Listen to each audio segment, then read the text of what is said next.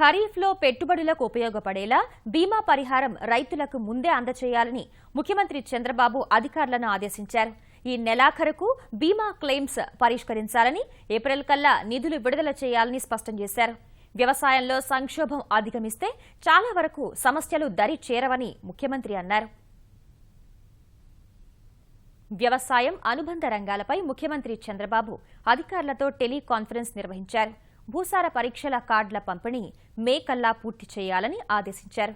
ఇప్పటి వరకు వ్యవసాయ యాంత్రీకరణ కింద 2,217 కోట్ల రూపాయలు ఖర్చు చేశారని, మిగిలిన 70 కోట్ల రూపాయలు త్వరితగతిన వ్యయం చేయాలని ఆదేశించారు.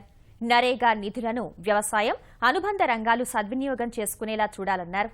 నిధుల సమీకరణపై ఆయా శాఖల అధికారులకు అవగాహన కల్పించేందుకు సదస్సు నిర్వహించాలని ఆదేశించారు. పంట సంజీవని కింద తవ్విన పంట కుంటలను వ్యవసాయ యోగ్యం చేసేలా రైతులను చైతన్యపరచాలన్నారు. ఫిష్ పాండ్స్ తవ్వకం వేగవంతం చేయాలని ఆదేశించారు. పట్టిసీమ నీటితో కృష్ణా ఆయకట్టులో ముందస్తు ఖరీఫ్కు వెళ్లాలని ముఖ్యమంత్రి సూచించారు. దానివల్ల 3 పంటలు వేసుకునేందుకు ఆస్కారం కలుగుతుందని చెప్పారు. శ్రీశైలం రిజర్వాయర్ నుంచి కృష్ణా నీటిని రాయలసీమ జిల్లాలు వినియోగించుకునే సౌలభ్యం అప్పుడే వస్తుందన్నారు. ఈ ఏడాది వర్షాలు 27% తగ్గినా సమర్థ నీటి నిర్వహణతో లోటును అధిగమించామన్నారు. వ్యవసాయ శాఖలో ఖాళీల భర్తీని మార్చి కల్లా పూర్తి చేయాలని ఆదేశించారు. ఏప్రిల్ మే నాటికి వ్యవసాయం అనుబంధ శాఖలు పూర్తి సన్నద్ధంగా ఉండాలన్నారు. సీమ జిల్లాల్లో పండ్ల తోటల సాగును మరింతగా ప్రోత్సహించాలని సూచించారు.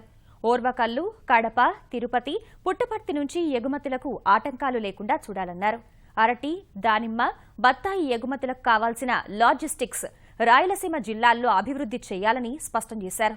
ఉద్యానవన సాగులో 35% వృద్ధి సాధించాలి అన్నదే ప్రభుత్వ లక్ష్యంగా గుర్తు చేశారు. పశుగ్రాసం సాగు పెంచడం ద్వారా పాల దిగుబడి పెరిగేలా చర్యలు తీసుకోవాలన్నారు.